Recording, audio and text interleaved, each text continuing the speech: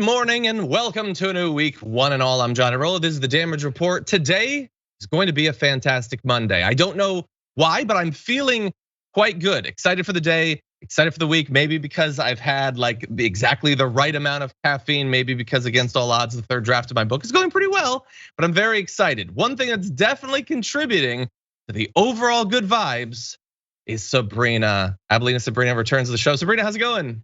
Good morning. Very happy, sunny vibes over here. I didn't know you were writing a book. Yeah, well, I'm one of those people that talks about it a lot. So get ready. Anyway, I'm gonna make you listen. If I ever start CrossFit, oh, you're all doomed. If I become vegan, you guys are doomed. But anyway, very glad to have you here. Full disclosure for the audience. I was not going to have any more pressure to dye my hair purple. So I made Sabrina dye her hair normal again because I'm not gonna have it. I'm just not, no, just vibes, no dyes. That's what I say. So thank you for complying with that, Sabrina. I do appreciate that. You're so welcome. You know, now you're gonna need a new emote because I know you've got the Turks perp on Twitch. Now you're gonna need like a brown Turk, or does that sound too much like brown turd? I don't see. That's why you gotta go with purple. Purple's better. I'm like that. Anyway, we're very excited to have you here. It's been a little bit since you've been on. For people who might not be familiar with your work, tell us a little bit about what you do. Sure. So primarily on YouTube, I make comedy sketches with like a little bit of a political edge, or sometimes we'll do actual political videos depending on what's going on in the news, as well as Twitch. We talk about the news and we also play spooky games, especially this month. We're playing a lot of Phasmophobia, just like we did last week with Jordan Yule. You did. And I once played Phasmophobia with you as well. By the way, everybody, I did great. Did we catch the ghost? I don't remember. Anyway, it was fun. Everyone should definitely check out. We're gonna be talking about a lot of things later on today, including Kyrsten Sinema, the future of protests of Kyrsten Sinema. Sabrina has a great running line of sketches involving Sinema. You gotta go find her doing Sinema trying out what her little thumbs down is gonna be, what move she's gonna do. But more recently, you did a little bit of parody of the protests of her, right? Yeah, there was some protesters followed her into a restroom and she tried to hide in there. And I imagine that there must have been some other people there. So I was just imagining, like, if somebody else is in this stall, what would be going through their head? So I made a sketch about the other person in the bathroom while Kyrsten Sinema is trying to hide from protesters. It was a good one. Everyone should definitely go check that out on YouTube. Okay, everyone, we're about to launch into almost 90 minutes of awesome news. Awesome because it's gonna be fun to talk about. It's not great, a lot of it, unfortunately, but hey, America, 2021, what do you want? But while we're doing that, if you wouldn't mind hitting the like button, sharing the stream, that would be great. And if you wanna send us any tweets, comments, super chats, questions, all that, criticism, we won't read those, but I'll see them, they'll hurt me. You can do that and we'll respond to some of it during the break, so that'll be a lot of fun. And with that said, Sabrina, are you ready to talk about some news? Let's do it. Okay, let's do it indeed. Everybody, it is a holiday, but which holiday it is depends on who you are. For some, it's Columbus Day, or as our elected leaders say, Happy Columbus Day. That's Marjorie Greene. When you want to assure your followers that you support the racist one, but you're in such a rush, you ain't know what his name is. Yeah, sure, whatever. But anyway, this is gonna be a bit of a theme. The right wing not happy with the newer iteration of what this day should be, which is Indigenous Peoples Day. And a number of states have moved to officially observe it more every year. It's a holiday to recognize the native populations that were displaced and decimated after Christopher Columbus and other European explorers reached the continent. Actually, 130 cities across the country have ditched Columbus Day for Indigenous Peoples Day, and the list grows every year. But Sabrina, there are some who are not happy with it. They've been waging this war to save Columbus Day, which, like those Dr. Seuss books that the publisher decided not to print nobody would care about until it's threatened in some way. Who's celebrating Columbus Day?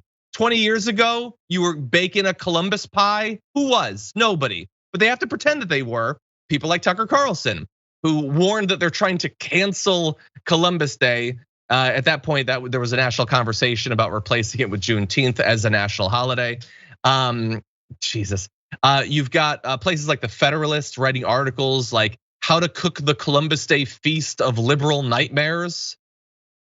Okay, and I love that little lies, smears, and slander. Christopher Columbus may be one of the first cancel culture, and it happened right in his own time. It's not even a grammatically correct sentence. It's also historical nonsense, but we'll get to that. Is a little bit more. JD Vance tweeted, Indigenous Peoples Day is a fake holiday created to sow division. Of course, Joe Biden is the first president to pay any attention. We'll get to that. I love that it's the fake holiday, as Manny Fidel pointed out on Twitter. Yeah, it's a fake holiday made in a factory as opposed to the very real authentic holidays that you can find in the animal kingdom. Anyway, they're really worked up about this, Sabrina. What do you think about this last ditch defense of Columbus Day? What I want to know is why I wasn't getting invited to all of the Columbus Day barbecues, the Columbus Day parties, the Social Columbus distancing. Day gift exchange. I mean, Yeah. throughout the whole years, if this mattered so much to them, where were the invites? I mean, balls. it's not like the balls. I mean, it's like not like they're gonna dances. lose anything. Yeah, sure. It's not like they're gonna lose anything. You're still getting the day off. It's just, what's in a name type thing. Apparently a lot. So I don't understand why they're so upset. I mean, we understand. You do. We do understand. It's just not justified at all. And especially what Indigenous people in this land have been through, the fact that it's barely happening in 2021 and it's still getting so much pushback. It's ridiculous. Yeah, it is. Although there are a couple things about this fight that I don't know if I would say like, but appreciate in comparison to other news. And let me explain what it is. One, we know that they have to have something to fight against. So right now it's Save Columbus Day. In a week, if not earlier, it's gonna be the war on Christmas. But here's the thing, at least this is kind of true. They always do the whole war on Christmas thing. There ain't no war on Christmas. It ain't real, it's made up. I give presents, I'm the biggest atheist in the world. I still have a tree, it's made up. This, at least, we are trying to replace it. And for good reason, we're gonna make the case, but at least it's founded in reality. So I sort of appreciate that. Also, I feel like, and maybe the audience can attest to this, if you are left and you are doing news or following news, we have to follow and respond to so much nonsense of theirs, them coming up with just so much BS that we then have to disprove or fact check or whatever. In this case, at least they're responding to us for once. We get to lead the news by creating Indigenous Peoples Day and making it broader and all of that. I appreciate those small things. I don't know, maybe they're small victories. No, and you're right. It's like, oh no, this is cancel culture. And we're like, well, yeah, actually you're right. Yeah, we do want to cancel this. Yeah, you got it. You're actually right this time. Just this much though. Yeah. Everything else. Oh, we could talk. But no, you're right. Cancel it. The talk about cancel culture, like it's taking centuries to cancel this thing, and the dude's already dead. He ain't gonna be hurting from it, okay? And this is the best cancel culture can accomplish. Anyway, I wanna read one more take on this from a very serious right-winger. Candidate for the Senate, Josh Mandel, said, Christopher Columbus was an American hero. And I really hope that I don't have to explain to you what the problem with that is. You big idiot. Okay, look, we all have to have heroes. We all want American heroes, whether it's, I don't know, maybe you like some of our famous scientists, or you like, I don't know, the first man on the moon or Gandalf. These are American heroes. Christopher Columbus is like an Italian hero, maybe a Spanish hero for what he did, but he ain't an American hero because he lived, died, got planted in the ground, and rotted to nothing long before there was an American ipso facto, you don't get to be one of our heroes, buddy. Absolutely, he should not be. And if he knows even anything about, Columbus beyond what they teach you in elementary school, then you would know he was a terrible person. Besides the whole genocide thing, he was like into beside that, children, which is probably like the worst thing that you can do. Bam, couple it up with like rape and sexual assault of very young people. Like he is the worst. He is one of the worst people in history. It's not just a matter of, stealing this land from the indigenous people. It's who he is as a person. That's who you want to stand behind. Really? Yeah, 100%, and totally true. So like you have the good reasons to have Indigenous Peoples Day as one tiny little like way of, hey, can we at least acknowledge the horrendous things that were done for like hundreds and hundreds of years and are kind of still being done? Look into the, the crackdowns on protests and things like that.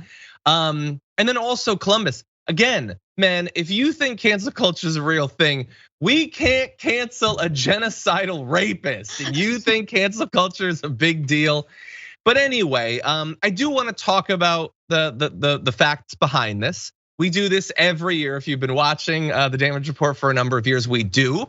And I like to acknowledge my privilege. In fact, I'm going to use my privilege here. I'm Italian, so I get to slam them all I want. You can't say nothing about me. You can downvote my videos about Dave Chappelle, but I get to slam Chris Columbus if I want to. Anyway, as one of the earlier tweeters acknowledged, President Biden became the first US president to issue a proclamation commemorating Indigenous Peoples Day, writing that Monday was a day on which the country, quote, celebrates the invaluable contributions and resilience of Indigenous peoples, recognizes their inherent sovereignty, and commits to honoring the federal government's trust and treaty obligations to tribal nations. This was received well by the president of Navajo Nation, who said, transforming Columbus Day to Indigenous Peoples Day will encourage young Navajos to have pride in the place and people they come from and the beauty they hold within. This is a beautiful thing.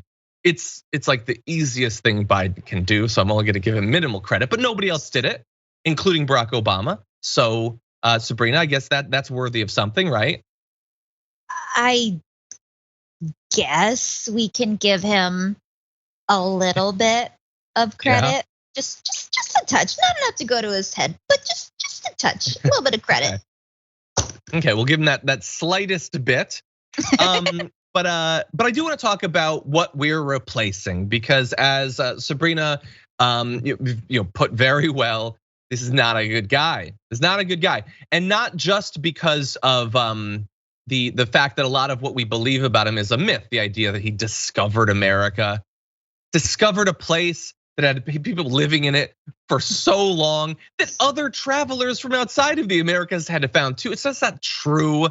But also what he actually did when he got here. And so I'm gonna read a few of my favorite graphics that I come back to every year. So here is Columbus's letters. Christopher Columbus wrote a letter back to Donawana de la Torre about one of the sort of characteristics of the new land he was helping to set up.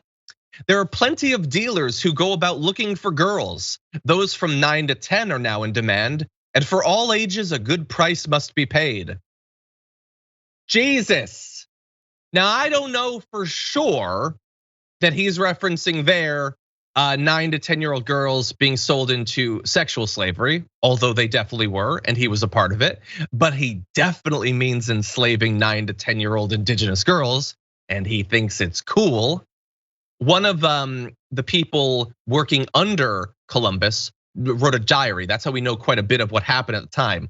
Here is what he said. Here's an interaction that he had with Columbus. He said, while I was in the boat, I captured a very beautiful woman whom the Lord Admiral Columbus gave to me. When I had taken her to my cabin, she was naked, as was their custom. I was filled with a desire to take my pleasure with her and attempted to satisfy my desire. She was unwilling and so treated me with her nails that I wished I had never begun. I then took a piece of rope and whipped her soundly, and she let forth such incredible screams that you would not have believed your ears. Eventually, we came to such terms, I assure you, that you would have thought she had been brought up in a school for whores. That was one woman who Columbus gave to one of his workers as a sexual slave gift. That woman lived a life of unimaginable terror after that. And that is what Christopher Columbus did. He came to a place that had already been discovered and settled and took the people that lived there, and those who did not die, and many died, and we'll turn to that, he believed were only as good as the materials they could deliver to him and the function they could serve as sexual slaves to be handed out like stocking stuffers. So he's an absolutely reprehensible individual. The idea that you would defend this person makes no sense unless you are explicitly trying to appeal to a broader base of racists. And that is apparently what is going on. Well, and the thing is, I feel like a lot of people don't get the opportunity to even learn this. I mean, in elementary school, we learn like Columbus, friendly guy, came over on the Mayflower and he befriended, the indigenous people of the lands, and they shared and it was great. They still teach that today. They don't actually, they haven't adjusted like the school curriculum. So I'm not surprised that, people who grew up with this, who are still growing up with this, yeah, they are like, oh, well, I learned this in school, so it must be okay. Like it's a much deeper problem than just, changing the name of a holiday. It's much deeper than, Joe Biden saying that he's all for it. Like, no, we actually have to get a little bit closer to the root of it. You can't just change the name and expect it to be okay, because now we have resistance like we are seeing now. Yeah, 100%. Like they know all this stuff is not true. Like so much of what you're taught as a kid is not true. And continuing to just tell you something that isn't true because like maybe it'll like teach you something else. I get that in, I don't know, other venues like Sunday school or something, but this is an academic environment. If there's literally any place where you're supposed to at least pretend to care if what you're teaching is accurate, like it's supposed to be the school. If we found out that 2 + 2 doesn't equal 4, we wouldn't keep telling you because like, oh, that's what I learned in the 80s. But that is what we do with arguably as consequential material. We gotta fight back against this. But again, we can't even cancel the guy who gave a woman to a man who tortured her until she was the whore he needed. Like kids selling 9 and 10-year-olds into sexual slavery. And this is a movement defending him that if you ask them, they believe the most important thing is fighting back against an elite cabal of child sex traffickers. But they're defending one who literally was. Is that hypothetical? This is what he did. His men bragged about the prostitutes they were given by him, the slaves they were given, and they defend him. Again, they really hate fictional child rapists. They love real ones though. Anyway, really fast, I also want to mention the murder because a lot of killing happened too. According to that same underling, Columbus ordered 1,500 men and women seized, letting 400 go and condemning 500 to be sent back to Spain as slaves. Another 600 were enslaved by Spanish men remaining on the island. About 200 of the 500 sent to Spain died on the voyage and were thrown by the Spanish overboard into the Atlantic. Just a few hundred people killed because he wanted to send back an initial shipment of slaves to make his benefactor happy. But that is nothing compared to what happened over time. There were about 300,000 inhabitants of Hispaniola in 1492. Between 1494 and 1496, 100,000 died, half due to mass suicide. And I don't know all of what happened on that island during those few years, but if it led 50,000 people to commit suicide, I have to imagine it was apocalyptic. Just a few years later, the population was down to 60,000. 40 years later, it was about 500. From 300,000 to 500. But let's cheer on the guy who masterminded this and who oversaw this. Like we have genocides that we acknowledge. Has there ever been a genocide as effective in cutting out a larger portion of a population? In just 50 years, you killed 99% of all the people that lived in this area. But yeah, let's cheer him on. Let's celebrate him, but let's never acknowledge any of this stuff. It's madness, Sabrina. I'm just shocked. And again, like I feel like if people actually had the opportunity to learn these figures and to read some of these like entries like you just read out, I would hope that their opinion would change a little bit, but I can only imagine, no, there would still be pushback even upon learning it, because the point is to be contrarian, liberal issue type thing. They're gonna fight it. Yeah, and look, let's keep it real. What percentage of the American people give an even theoretical damn about the people that died on that island at the time? Like, honestly, really, do you think that 10% of America like would shed half a tear over that? They would not. They would not. And these are the same people, by the way, that are horrified at the idea of immigrants coming into our land and just taking our jobs or whatever. But for some reason, this doesn't bother them.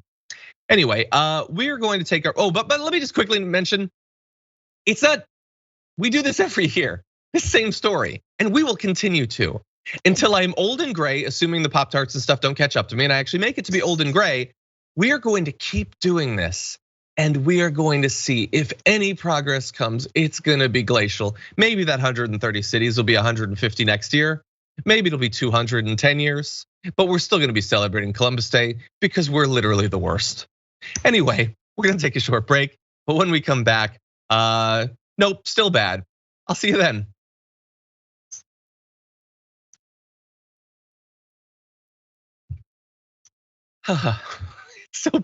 It's so bad, Sabrina, but thank you for being here.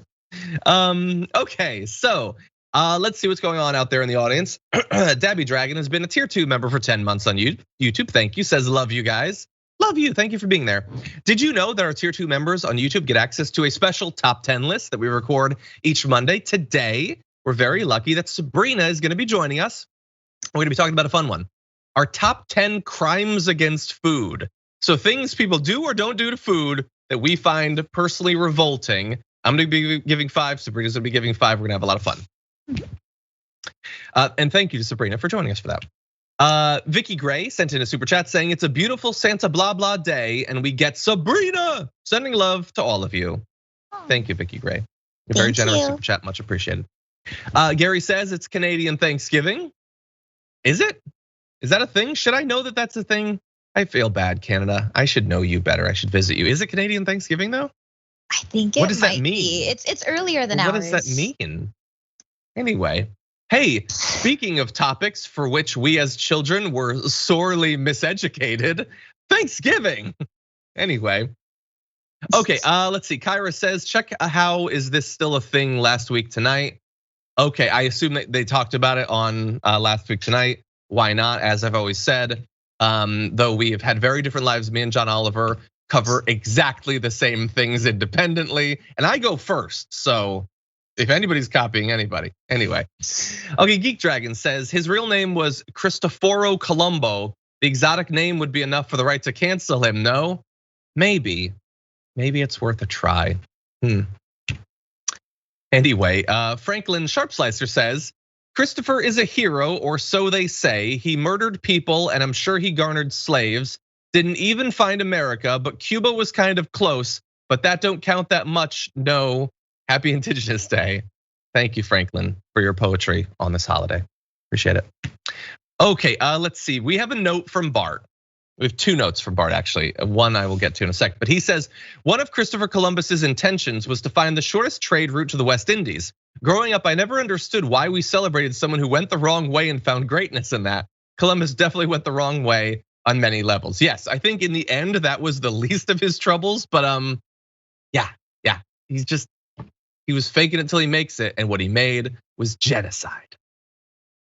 Anyway, Bart also wanted us to acknowledge that the creator of Cats was apparently appalled by the movie version and was so distressed by it that he had to get a rescue dog to get him through as an emotional support thing. Thank you for letting me know about that, Bart.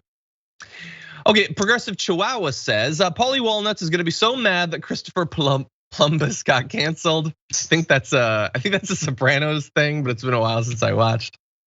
Okay, over on Twitch, something Dragon hit 13 months as a subscriber saying, "Hey Dragon Daddy, I turned 35 yesterday and I'm making it rain Bezos bucks today. Happy Monday, thank you, and happy birthday as well." Raider Kaliafa 4420 hit 6 months, says 6 months on Fantastic Monday, woohoo. Well, technically it's Sabrina-tastic Monday today, but yes, traditionally they're fantastic. Okay. Let's see. Iron of the Shire hit 10 months, says 10 months going strong. What color are you going with this time, John? I'm not dying anything this time, but we'll see. We'll see. 5,000 gift subs, 5,000 gift subs, and we will turn John's hair pink. Pink with frosted tips. If we hit 5,000 gift subs, I think I'm gonna be okay. Okay, stick around. We'll be right back.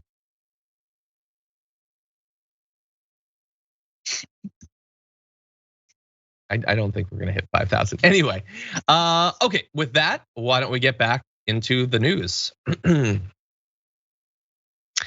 Donald Trump is in the background of all of this, gearing up for his next run for president. If that requires some political violence, he's gonna be just fine with that. We don't cover every bit of this, but we do have to acknowledge that it's important. And so we're gonna check in on a couple little elements of the big lie that are circulating out there, including that he sent in a pre-recorded video to a sort of vigil or commemoration of the birthday of Ashley Babbitt, the woman who was killed on January 6th while attacking the Capitol. Here is what he had to say. It's an honor to address each of you gathered today to cherish the memory of Ashley Babbitt, a truly incredible person. To Ashley's family and friends, please know that her memory will live on in our hearts for all time. I especially want to express my great sympathy to Ashley's loving husband, Aaron, and her wonderful mother, Mickey. I spoke to both of them into great people. Together we grieve her terrible loss. There was no reason Ashley should have lost her life that day. We must all demand justice for Ashley and her family. So on this solemn occasion, as we celebrate her life, we renew our call for a fair and nonpartisan investigation into the death of Ashley Babbitt. I offer my unwavering support to Ashley's family and call on the Department of Justice to reopen its investigation into her death on January 6th. Okay, so Sabrina, he's continuing to help this myth that they want. What they want is they want a martyr for the 6th. And while Donald Trump, if he ever has to testify, is going to say, I had nothing to do with it. Nothing to do with it, wasn't involved. No, nothing, don't pin anything on me.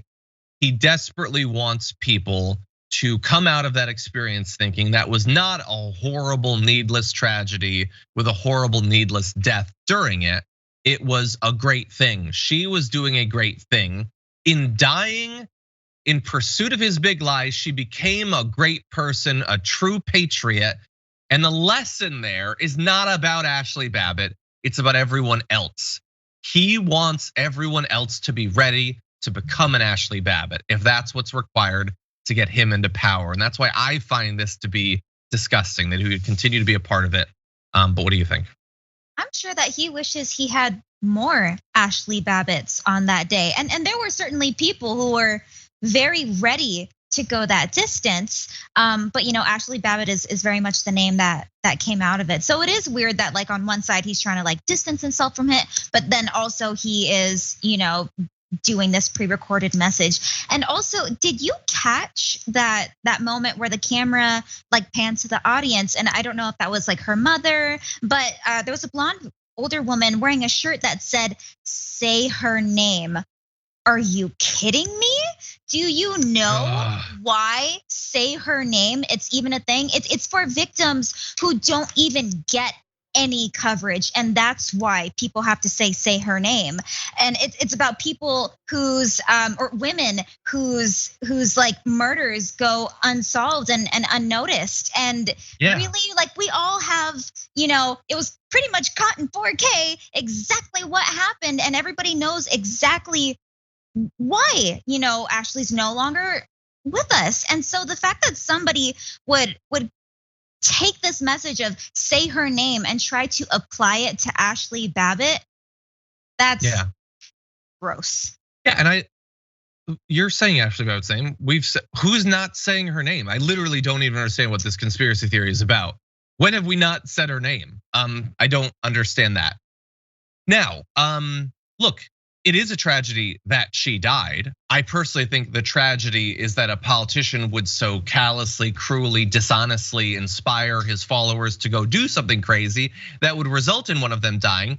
But I've said from the very beginning, like the fact that the officer was formally exonerated, I still hate that the officer shot and killed someone. I'm not in favor of officers killing anyone. I always hope that something else could be done. He could say, it's a tragedy that she died. I wish the cop hadn't shot her. I wish that she hadn't felt like she needed to attack the Capitol. He's not saying any of that. He says she shouldn't have died, but he doesn't identify why she died. Why were any of them trying to break through that door? I wish that she hadn't. I don't think it's awesome or cool that a cop killed someone just because the person they killed disagrees with me. I'm not one of those people, and you can find them online. But the entire thing is disgusting. And we're gonna talk more tomorrow about this. Apparently there's an example from basically the run up to the takeover by the Nazis of Germany, where there had been a previous attempt at a coup and there was a death, and that person was held up as a martyr. Everyone should be willing to be this person. So just understand that there is historical precedent for creating the myth of a martyr to justify political violence, which is what this was, and this is what he's moving towards. And it's supported by a bunch of other politicians that won't be honest about anything underlying the big lie, including eventually the violence that we saw. We have this candidate. This is Trump's endorsed pick for Arizona governor, Kari Lake. Here is a little bit of Kari Lake talking about the insurrection. You still have people, and from January 6th are still in jail. Yeah, and they haven't been charged with the crime. We have not been charged. And they were invited in by Capitol Police. Okay, so look, if you want to point out that there were some cops that seemed to be totally cool with what was going on, great, let's have that conversation. Let's investigate, let's find out which cops those were and why they did that. But a lot of cops are trying to stop them too. The mob of beating them with flagpoles and things like that, that's not generally how invitations go. I don't know, Sabrina, you've invited people to things. Did they often beat you with flagpoles and fire extinguishers and stuff like that?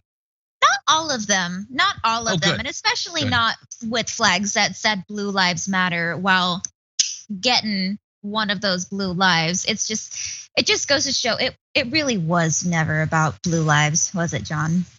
No, blue lives that support them, sure.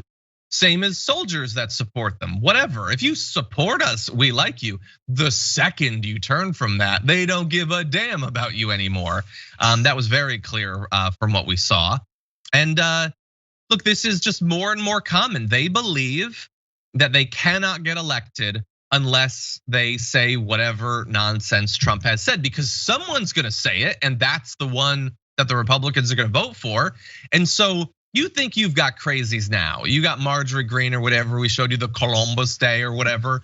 Can you imagine the people that were, I guess they didn't maybe think they could get elected when she ran, but now they're watching.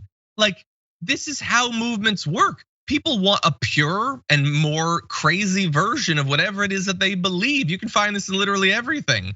And so people like Kari Lake, you're gonna have to get ready for a whole bunch of them. Some of them will lose, but a lot of them will win in states where effectively if you win your primary, you've won the election. We're gonna have people like this, and a lot of them are ready to change the results of future elections. She'll be in charge of Arizona potentially in 2024, when maybe we have another close election. And someone like that refuses to acknowledge that the election wasn't stolen in 2020 could be in charge. We got a lot of those, Sabrina.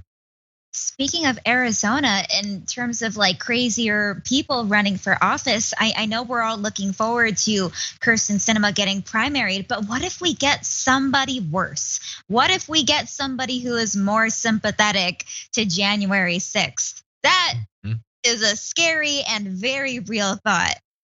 This is not to defend Kyrsten, by the way, at all. No, well, I know you're one of her biggest fans. Clearly. Look, if she somehow fends off a challenge and then loses to a Republican, that will be terrible. While at the same time, you gotta take your good times when you could get them. Look, I would say don't nominate a person like Kyrsten Sinema.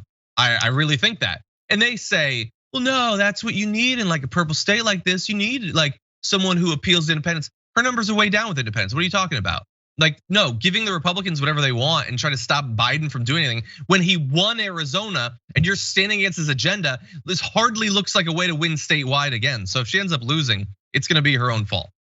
Oh, absolutely. Democrats don't trust her. Republicans don't trust her. Like her numbers are down. I don't know if I see her winning. She's got the spotlight right now, but enjoy it while it lasts. I just hope that she loses her primary, but we're gonna have to find out.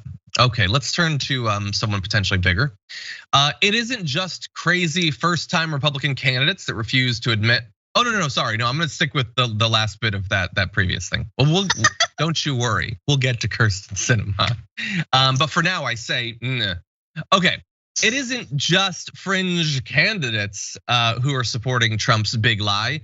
We also have people way up on the political Republican food chain. Steve Scalise was asked about the results of the election, and here is what he said, and you'll also see what he refuses to say. I've been very clear from the beginning. If you look at a number of states, they didn't follow their state-passed laws that govern the election for president. That is what the United States Constitution says. They don't say that the states determine what the rules are. They say the state legislatures determine the rules. But the states all certified. States, they didn't follow those state legislative. The states all certified. Follow those legislative rules.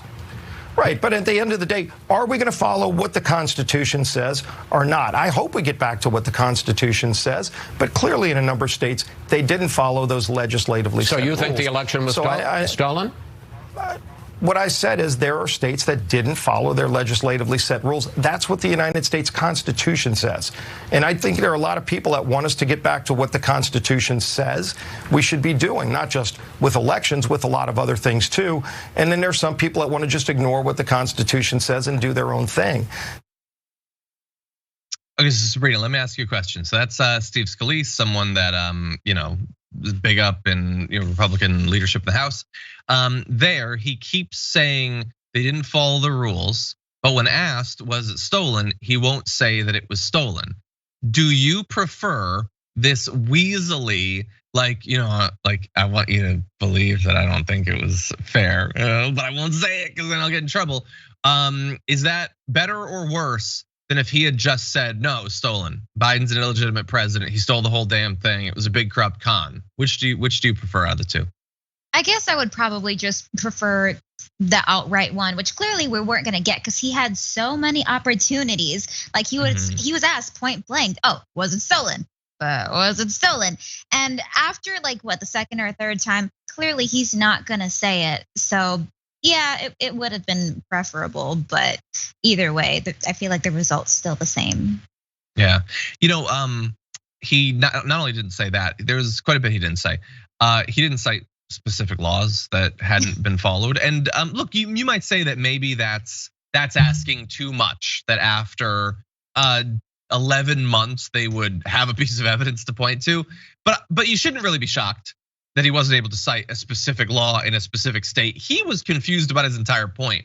His point there was, it doesn't matter that the state certified it, the state laws weren't followed. And at the end of the day, we do have to follow the Constitution. Well, wait, which is it? You're saying state laws, you're not citing any federal law that was broken. You explicitly say it was state law. The fact that the states then certified it according to their laws, that doesn't contradict your point because we're not following the Constitution, which doesn't govern the state laws. State laws are separate. They even have their own Constitution. He's not even pointing to that. The dude seems fundamentally very confused about exactly what case he's supposed to be making for why this election wasn't valid. But you also have the fact that there you have Chris Wallace, and he had said that he wasn't going to have on people that lied about the election. He's now finessing that because all of the Republican leaders, other than maybe Mitch McConnell, I think he says the election was fair, maybe, won't acknowledge that it was fair. And so he either bans them all on principle or he can't have on any high-ranking Republicans. He's decided that he's gonna bring them on, but go hard at them. Now, Sabrina, you've seen a version of that. Did he go hard enough there to justify bringing on people that he knows are going to lie? No, I don't think so. It's like, sure, you asked him like point blank, like, was the election stolen? But then where do you go from there? Because clearly they're gonna keep giving you the runaround, and he does not seem to actually be pressing them. And I think he knows he's not really gonna get a clearly defined answer. But you need guests. Is he just not gonna have people on then? Of course not. Yeah. So I think he probably expected it, but yeah, there was not nearly enough pressure. I get that you need guests, but like I kind of think like if I brought you on and every time you manage to work into whatever we're talking about that the world's actually flat and that's the hill you'll die on, I feel like at some point there's other people that can come on. I don't think we need guests that bad, the whole flat earth thing. Don't worry, you're not a flat earther, so you're totally cool. But anyway, yeah, look. Again, as I said at the intro of this whole thing, we try not to talk about this too much. There's stuff like this every day, but I don't want people to forget while we focus on all the other important stuff with the infrastructure bill, the pandemic and the debt ceiling. We got a billion Karens every day driving us crazy. They are laying the foundation to steal the election in the future. That is happening at all levels. Established Republicans, new candidates, and the guy they're almost certainly going to run for president again. And I want people to be prepared for that. And I want you to put pressure on our leaders now to take it seriously. There are things that we can actually do. The For the People Act actually would help fight back against some of the legislative maneuvers that they're doing right now in a number of states to make our elections less secure. And right now, there ain't even talk about passing that anymore like there was a few months ago. We need to be putting pressure on them so that they actually do that. Anyway, Sabrina, final question for you. At this point, how worried are you about future elections?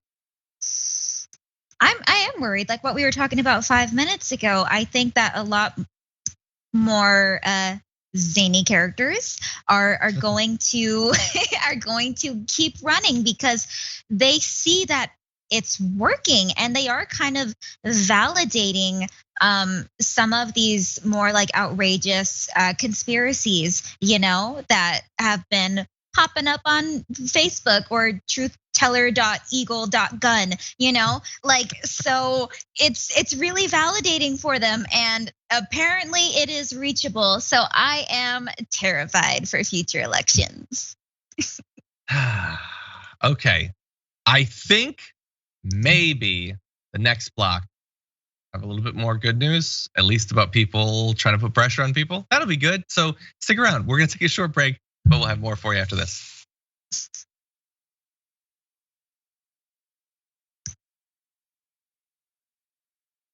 Okay, everybody, let's jump into it and see what's going on with all of you. Oh, I don't wanna forget. Today is the last day for something we've been telling you about for some time. So if you're a supporter of Indisputable, a supporter of Dr. Rashad Richey, a supporter of great commentary, you can help Rashad Richey become the best TV anchor in Atlanta Magazine's Best of Atlanta 2021.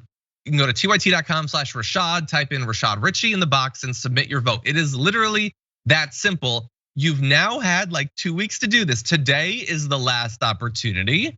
If you've been putting it off, now would be a great time to do that. And if you do that, please post a comment in the chat. Maybe you can mention how many times you've done it. I'm sure you'd appreciate a win. And so let's put them over the top with that. Okay, what's going on out there in the audience? Bernie the Kiwi Dragon says, hi, John and Sabrina. The Columbus story makes me think of the people who pretend to take issue with TYT's naming non-traversy. Do they even think we believe they actually care?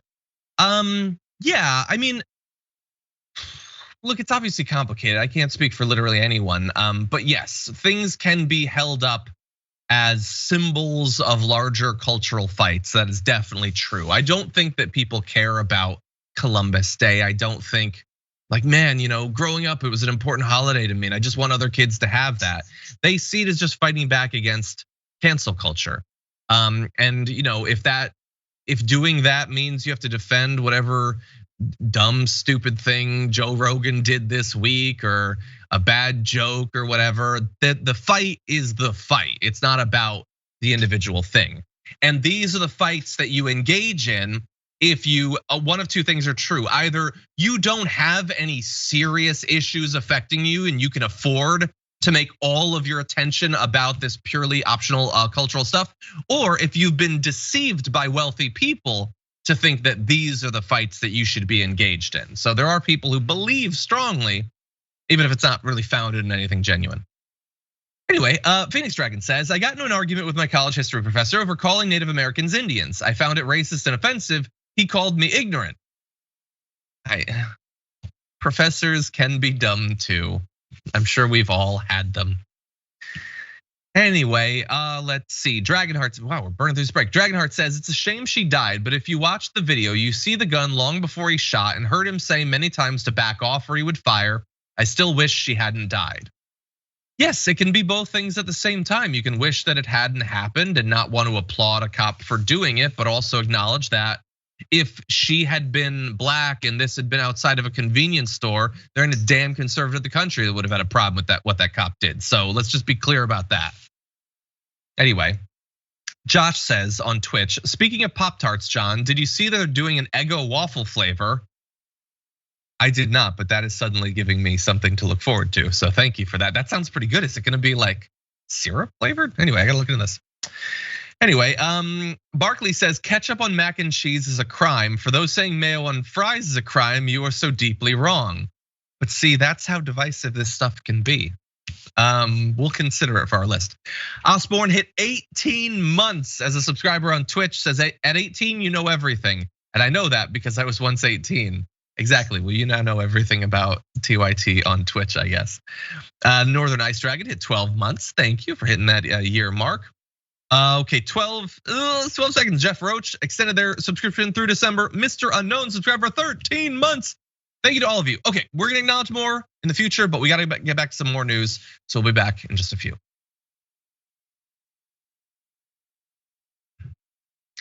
Octo Squiddies asks an important question. Isn't an Eggo already a waffle? That's deep, that's deep. Anyway, before we jump back into the news, I wanna let you know about a few things that are going on right now. Exciting news for our show tomorrow. Senator Nina Turner will be joining us once again to be my co-host. That's gonna be fun, talking with Senator Nina Turner, SNT on TDR, no big deal, it should be a shirt. So that's exciting. Sabrina's face is very excited right now. Sabrina, you're getting Nina Turner on the show tomorrow? Yes. What? We're Oh my kind gosh, of a big deal. somebody. That is so cool. Congratulations. We got you, we got Nina Turner. We bring the best guests. That's what we do. That is our promise to America. But yeah, she's you should, everyone should. She's co-hosted before a few times actually. No, we love Nina Turner. We're very excited to have her on. Now I'm even more hyped. By the way, also if you're a new subscriber on YouTube, we now have a purple dragon emoji for you. So definitely take a look at that. And I'm gonna let you know about one more thing right now. And I'm wearing this thing, new shirt. I believe the newest shirt at Shop TYT, memorializing Anna's big TikTok viral moment about religion and what effect it should be able to have forced on your life.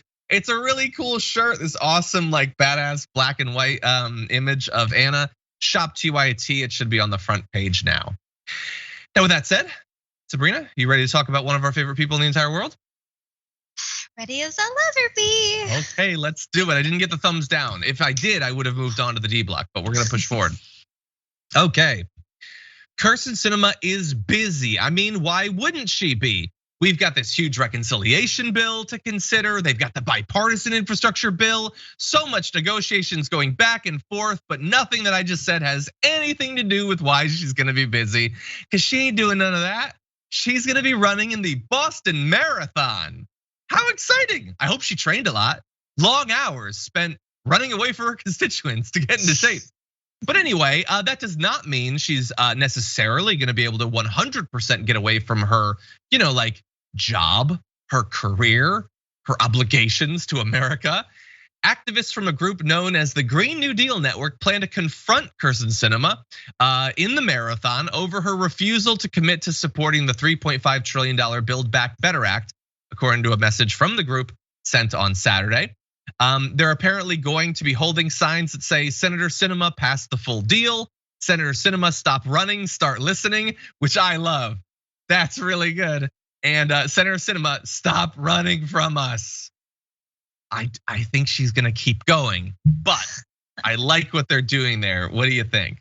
Run, Sinema, run! Imagine if they took signs when they followed her like into the bathroom, like, you're full of shit, Sinema. Just the potential if they had time to think it through. And also, I'm so sorry about that. But yeah, but those are some clever, good ones. I'm looking forward to it. I'm only sad that they lost the element of surprise, but at least now she's running with a purpose. Yeah. No, that's a great point. I hope that they're everywhere. I hope that she has to see them a lot. I have not done a full marathon, obviously, but I did do a half marathon. And even though there wasn't a person on that route cheering for me specifically, it did actually really help me, the fact that people were cheering. If there were a bunch of signs about like, hey, John, you should be focusing on grad school, I would have taken that to heart. And my heart had a lot on its plate already at that point, let me just tell you. But anyway, I'm glad that the protesters are doing that. A little bit frustrated with Sinema. Like, I know that we talk about the news and you all watch the news, and to some extent, it's kind of like entertainment, I guess. It's kind of our hobby in some ways, but I don't want us to get away from the truth that she is a senator in the United States Senate during an incredibly consequential time, this narrow window where things can get done. And she has been training for and is going to run a marathon. And now, if that was it, okay, fine. But remember, she also spends her weekends, I guess, teaching a course on fundraising at ASU. We found out from Ken Klippenside that's where those protesters tracked her down. And not only does she have that second job, she finds time like to work as a winery intern in Sonoma County. That's fun. Now here's the thing. When Michael Scott got a second job as a telemarketer, Ryan told him, if you can't fulfill your duties, you have to quit. We have less expectations for a United States Senator than Ryan had for Michael Scott. This is like, we're talking about this, but most people have no problem with the fact that she is full of time for hobbies and internships and jobs and live and praying and traveling and all that stuff. Like, this is not supposed to be about you finding yourself. This is supposed to be about you doing the work your constituents and your country need. And she feels no obligation to even pretend to do that, Sabrina.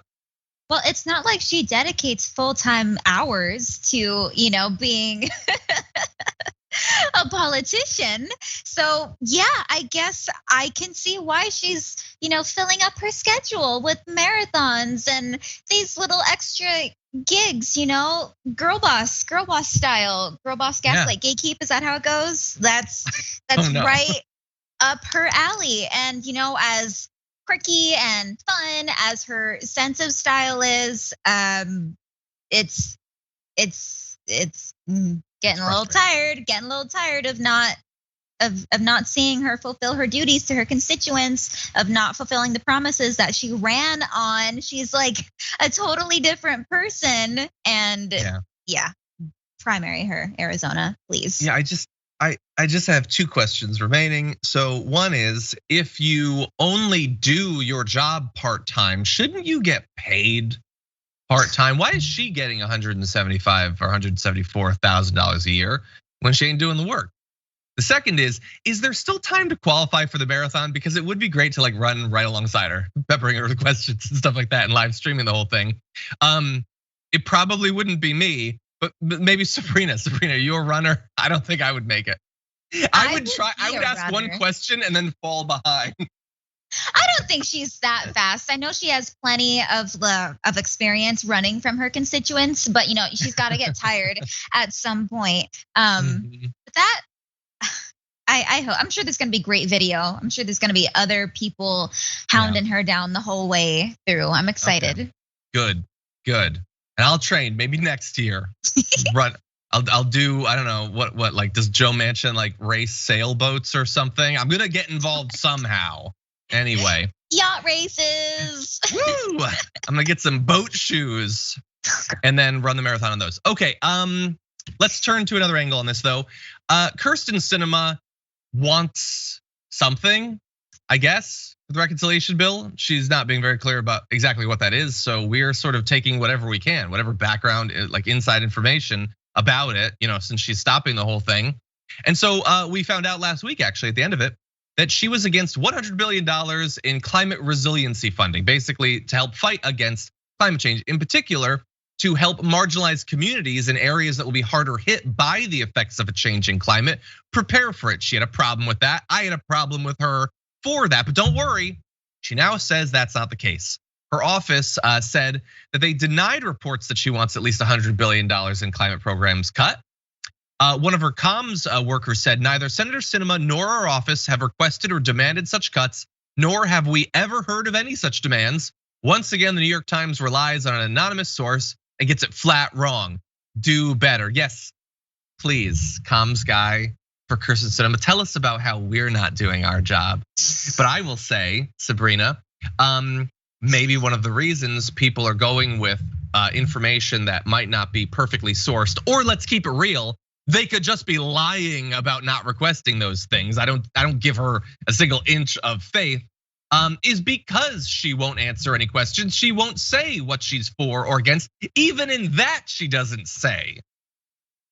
Yeah, it's talk to your constituents, listen to them, but talk to them at least. Say something, give some reasoning. And it does seem so weird that she used to be a greenie, right? And now all of a sudden she seems like she's all for, if you're gonna cut something, cut some climate action, or at least that's all we have to go off of right now. Yeah, no idea where she is anymore. Yeah, and look, she may say, I'm not specifically requesting those $100 billion be cut, but she is requesting trillions be cut from it. So what do you think that's gonna be? Those are gonna be programs. Why won't you at least have the courage to identify what you're standing against or the implications of your obstruction?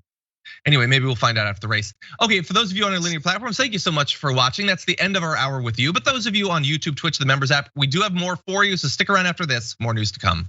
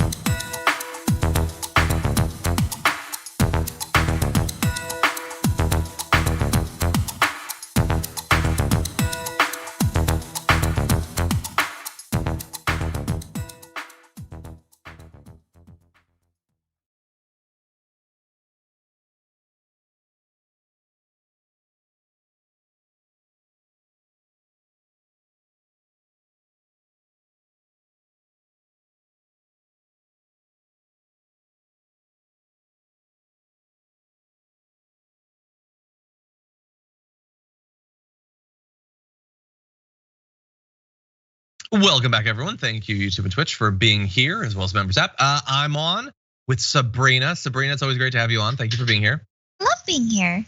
Cool new background for Sabrina on the show. What caused the new is it a holiday background? It looks a little bit holiday-ish.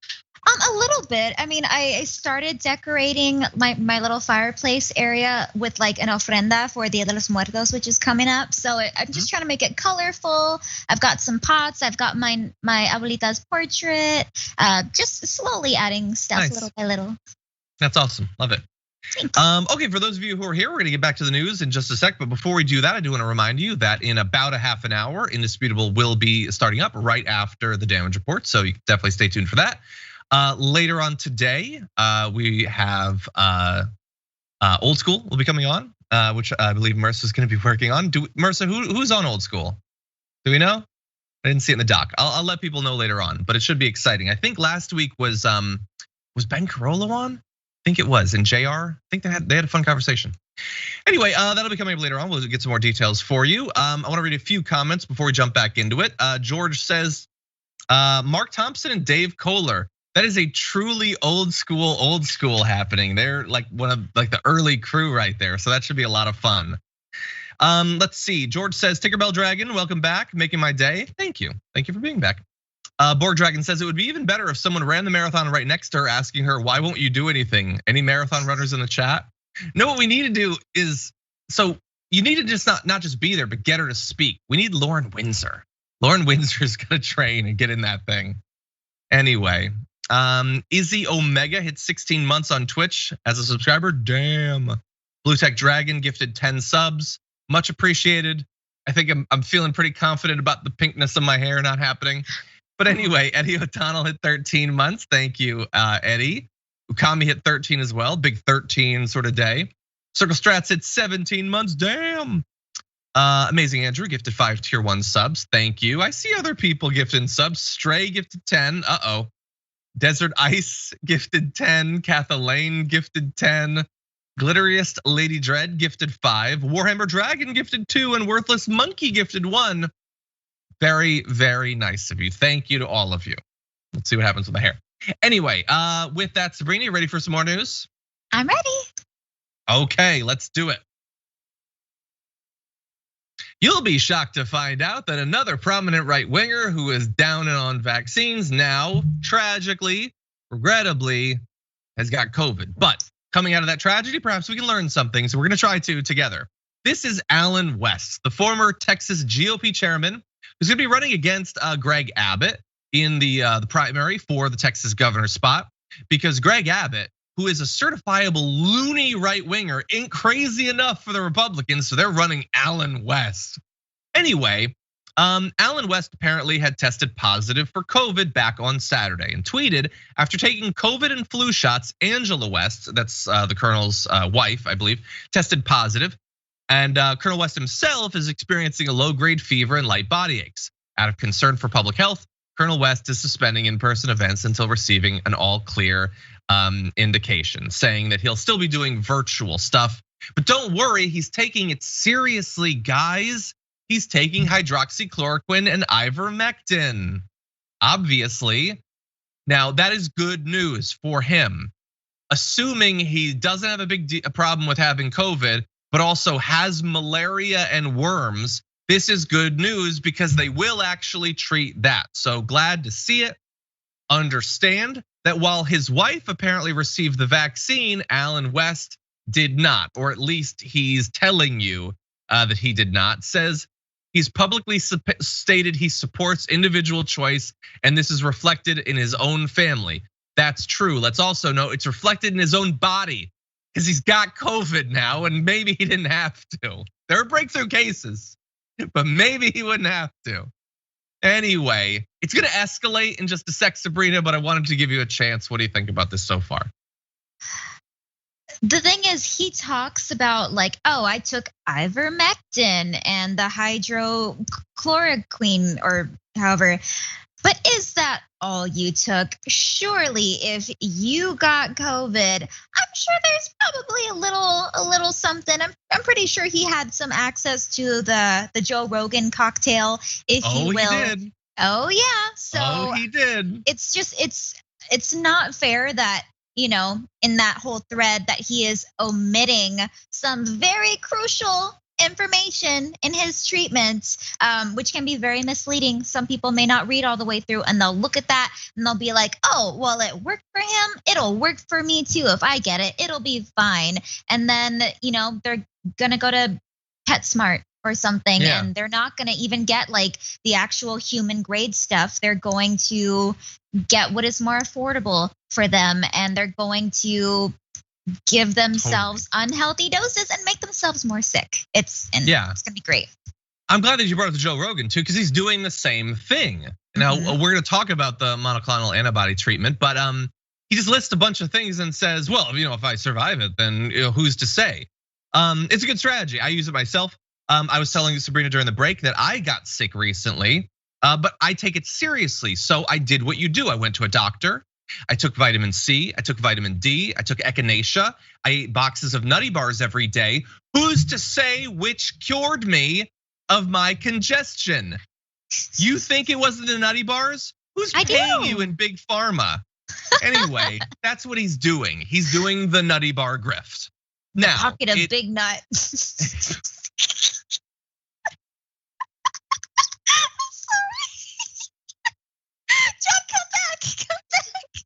You guys get John to come back, please. I'm sorry. I can't do this without him. Not Big Nut. And especially not in its pocket. That's the worst place to be. Ew. Okay. Sorry, God. chat. Okay. Oh, jeez. Okay. This is serious. This is a tragedy because this man did not. He's taking ivermectin. He's taking hydroxychloroquine, and yet 8 hours later, according to SpongeBob, it progressed the way one would expect if you weren't really doing anything about it. Now they tweeted, I want to thank you all for your prayers. Angela and I just completed the monoclonal antibody infusion therapy and are in the observation period. There's a concern about my oxygen saturation levels, which are at 89, and they should be at 95. My chest x-rays do show COVID pneumonia, not serious. I am probably gonna be admitted to the hospital, and apparently that has in fact happened.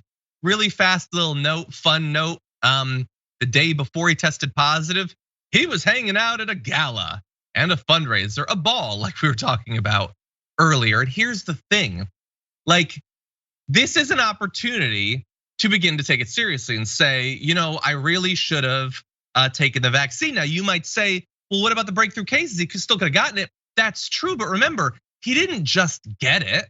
He got it and is hospitalized over it with COVID pneumonia and oxygen issues and all that. It didn't have to be as bad. He is not going to do that. He is not going to learn from this. He's gonna double down because he's a true grifter. He says, I can attest that after this experience, I am even more dedicated to fighting against vaccine mandates. Instead of enriching the pockets of big pharma and corrupt bureaucrats and politicians, we should be advocating for the monoclonal antibody infusion therapy, which, look, I'm gonna try to explain why that is the stupidest, most self-contradictory thing a person could said.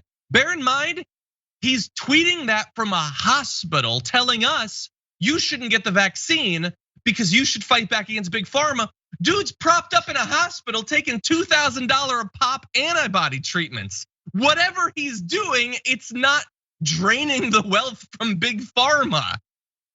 Now, that was pointed out by Chris Hayes. He points out that while the vaccine is free, that antibody treatment is $2,000 for each treatment. Now, Alan West can afford it. He can pay for that. Regular people, not so much. So anyway, look, he's gonna be fine. Of course he's gonna be fine. He's a right winger, he's gonna be fine. But anyway, he is needlessly spending time in a hospital. He might have long COVID as a result of this, but he comes out of it saying, it's better this way because now I have natural antibodies. Sabrina, what do you think?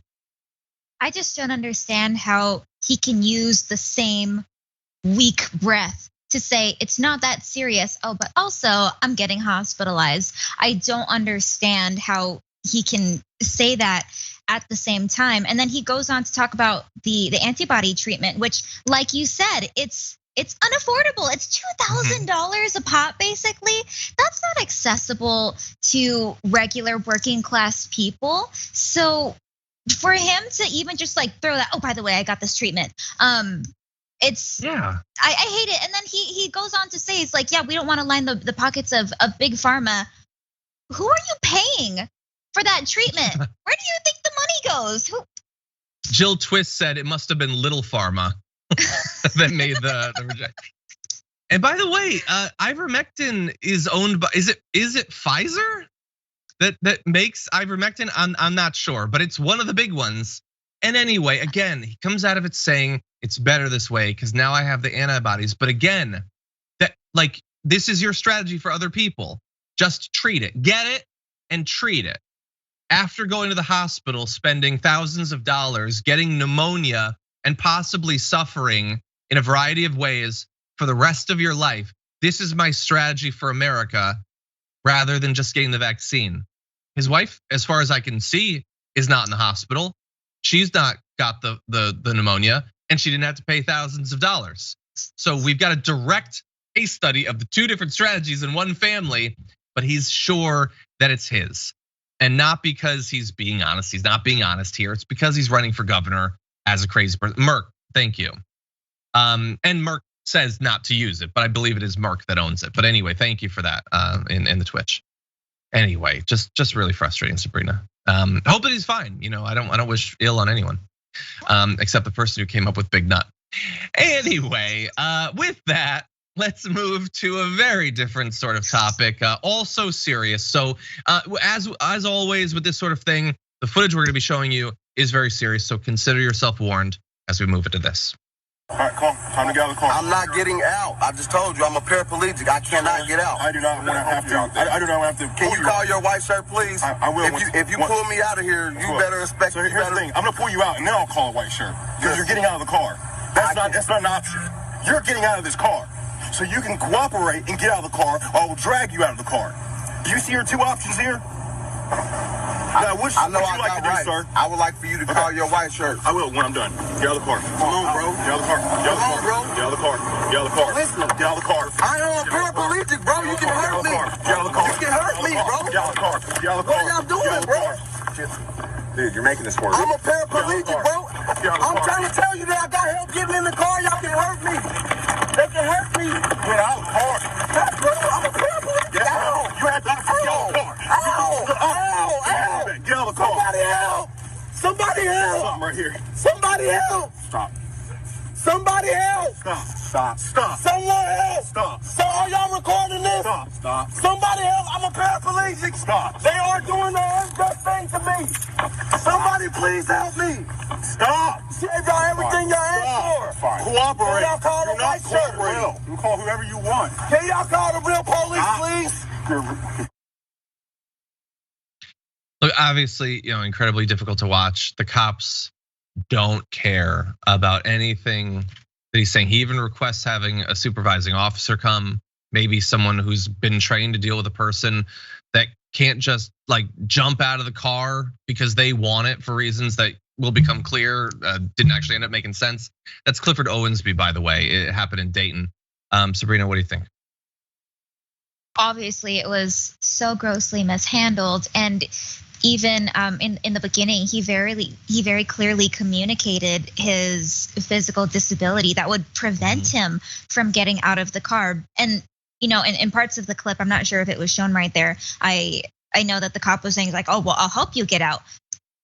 You're not qualified to do that. You may end up hurting him more, which clearly he doesn't care about, because shortly after they were dragging him out, like not even by his limbs, but by his hair. They were trying to hurt him I do believe. So grossly mishandled. And they absolutely could have called, a supervisor while he waited in the car, and they chose not to on purpose. So another day that I am grateful for body cams, because I don't know if we would have gotten this story without them.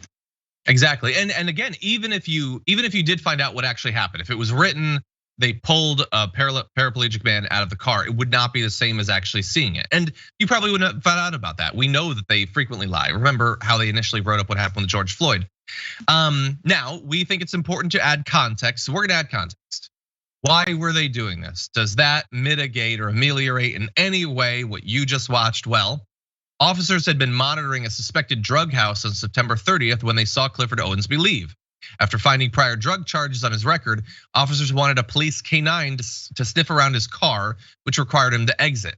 Now, he tells them he was picking up cable TV boxes from rental properties he owns, including the house the police had been watching. So again, totally justifiable. Again, needless more damage and harm being done thanks to needless war on drugs, but like, they don't believe him, obviously. No, there's no way that you were just there picking up cable TV boxes. You don't own property to rent out.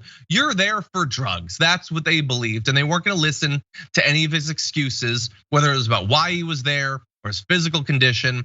There's just this like assumption that whoever comes across their path is lying to them, deserves no respect, deserves no consideration of their physical condition or the harm that might be done to them. It's just terrible and needless.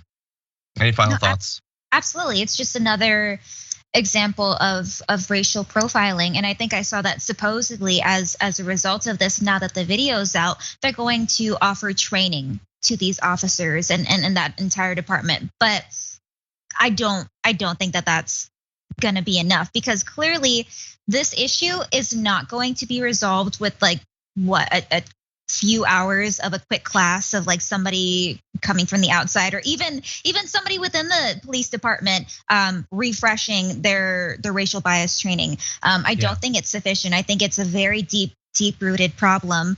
I mean, a lot of police officers donated pretty heavily in the 2020 election in favor of Trump. So I think that there's a common thread here. So I think it's a deep rooted problem. And disgusting. Yeah, and it's not to say that like there couldn't be training that they haven't gotten for how to treat people with basic decency who have physical disabilities. But again, the answer is not always more training. They're trained. And some of this stuff, they don't need to be trained to know that you're not supposed to treat people this way. We need to be less focused on the training they get in seminars and more focused on the training they give each other in the locker rooms, in the squad cars, in the bullpen.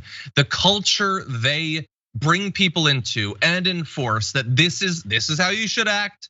And like calling people out for their misdeeds, that's not acceptable. You should not act that way, because there's two competing sets of training and we know which ones they follow.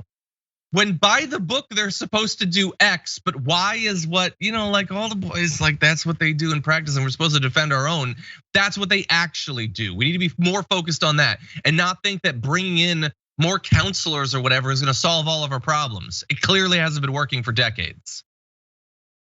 Anyway, we have time for one more story. I'm gonna do a little call to the team. We're gonna save F for tomorrow. We're gonna move ahead to G, okay? Because this is a story that Sabrina brought to my attention. So in just one moment, I'm gonna get to that. I wanna read just a couple of little things over on Twitch. Lisa Egan hit 4 months. Thank you for being a subscriber. The Amazing Andrew hit 9, says more than half a year. You got a sub, baby. Thank you for being here. Cutman hit 4 months as well. Jesper gifted a tier 1 sub, thank you. Joey John hit 10 months, says woohoo to you, thank you. Lord Harlock hit 3 months as well. Love seeing this broad range of numbers. Some people have been around for almost 2 years, others a few months, but glad to have you here. Let's see, finally, Not Human Humanist says in the super chat, I don't wear sunblocker, not getting pap smears, also won't take the HPV vaccine. Also go to nuclear dump sites for holidays. I am not worried about cancer since chemotherapy exists, right? Right? Yeah, that's how people act. For some of that is actually how people act though, unfortunately.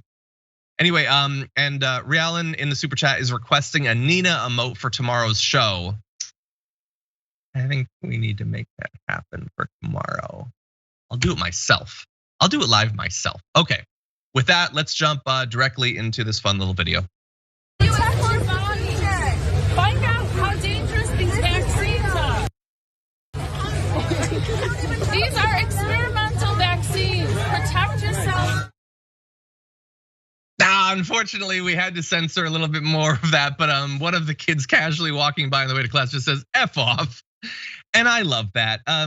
I've talked on the show about having to deal with that same sort of crowd of people back in the 40s when I was in college.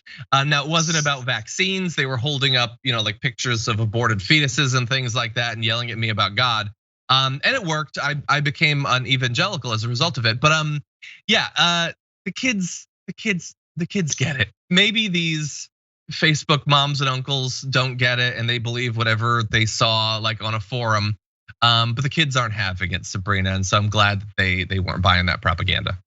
There's something really funny about these people who are protesting outside of schools because the masks and the vaccines are disrupting the children's lives when they are harassing children themselves as they walk into school. Like, who are you really advocating for here? Like, don't lie, don't pretend it's for the children. They don't care. They are embarrassed by you. Like there's just something a little funny about that. Yeah, and there was like one of the signs was "My child, my choice." Those ain't your children. Leave them to their choice then, huh? Look at the sign, buddy. You wrote it. You wielded the Sharpie. Anyway, but thank you to the kids in that video. But it did remind us of one other thing. We wanted to give Sabrina let me know about an update to a story we talked about a little bit before. We almost never have good updates to past stories. We have one here. So I'm gonna play really quickly a video that you might recall. Do you see all these homeless people around? Are they dead in the streets with COVID? Hell no. Why? Where are the biohazard bins for these masks? Where are they? So the anti-vax woman in that video is trying to use an unhoused individual as a prop in her propaganda, and he just yells out "because I've vaccinated you," and then it gets blanked out. Well, that individual is Ray, and some people, activists, tracked down Ray and set up a GoFundMe to help Ray find some housing. And as of when I screenshotted this morning, they had raised $31,814 for Ray, doing more good in this one fundraiser than all of everything the anti-vaxxers have done. So Sabrina, thank you for telling me about that. It's still up, by the way, if people want to help, but I love that bit of good news. No, yeah, it's so exciting. Definitely, the user behind Film the Police LA was the one who sought out Ray to, get his permission to even get this GoFundMe together, and then through the People City Council were the ones who really helped push it. And I think because of that, that's how the fundraiser got to be, so high. I don't think anybody expected it to reach 30,000. And even in the screenshot that you just posted, there is a $5,000 donation by a James Kimmel. Do you think that's Jimmy Kimmel? Do you think? I guess that's gotta be Jimmy Kimmel, right? I didn't notice that. That is amazing, Sabrina, that you noticed that. I guess it probably is. I guess we'll find out tonight on his show. I assume he'll probably talk about it. We'll find out. Anyway, thank you for letting me know that. And it's still there if anyone would like to give. Sabrina, as always, it is a pleasure to have you on the show. Where can everyone follow you? Absolutely, and thank you so much for having me again. I love being on here, even if we're not purple. But you can find me on youtube.com/Abelina Sabrina and twitch.tv/Abelina Sabrina. Thank you, Sabrina. Have a good one. You too. And for all of you at home, thank you for watching. We got a big week planned. Senator Nina Turner will be joining us tomorrow. Maybe we'll have that emoji. Check back tomorrow on YouTube and find out. But either way, a lot of fun to be had. I will be joining Cenk Uygur on the first hour of the Young Turks, leading that hour. So definitely stay tuned for that. But until then, stay safe out there. Stay sane out there. I'll see you soon.